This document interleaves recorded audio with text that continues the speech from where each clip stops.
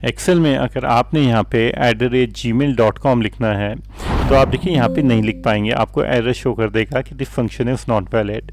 इस ढंग से दोस्तों अगर आपने एक्सेल में कोई डिजिट लिखना है जिसके पीछे ज़ीरो हो तो वो भी आप नहीं लिख पाएंगे।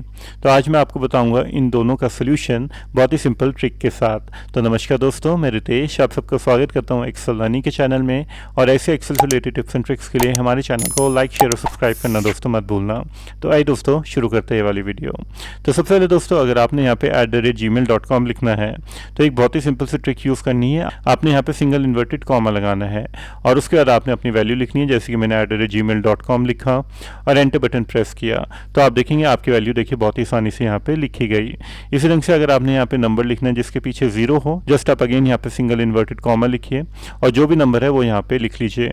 एंटर बटन प्रेस कर लिए तो देखिए आपका नंबर यहाँ पे लिखा जाएगा, क्योंकि एक्सेल ने इस नंबर को टेक्स्ट में कन्वर्ट कर लिया क्योंकि आपने सिंगल इन्वर्टेड कॉमा लगाया था। और सेकंड मेथड से भी आप कर सकते हैं। तो जस्ट आप अपने सेल को सिलेक्ट कर लीजिए जहाँ पे भी वैल्यू लिखना चाहते हैं और जस्ट आप जाइए यहाँ पे होम टैब में और होम टैब में जाके जर्नल की जगह इसको सिलेक्ट कर लीजिए टेक्स्ट, क्योंकि आपने जितने भी वैल्यूज है जितने भी सेल उसको टेक्स्ट में कन्वर्ट कर लिया है। उसके बाद आप जस्ट यहाँ पे अपनी वैल्यू लिखिए। जैसे कि @gmail.com लिखना चाहते हैं तो आप देखेंगे आपकी वैल्यू यहाँ पे लिखी गई। और उसी ढंग से अगर आपने कोई भी नंबर लिखना है तो वो भी आप नंबर बहुत ही ईजिली से यहाँ पे टाइप कर पाएंगे। तो दोस्तों कैसी लगी आपको वीडियो कमेंट करके ज़रूर बताना और ऐसी Excel related tips and tricks के लिए हमारे चैनल को लाइक शेयर और सब्सक्राइब करना दोस्तों मत भूलना। मिलते हैं दोस्तों नेक्स्ट वीडियो में। Until and goodbye, take care.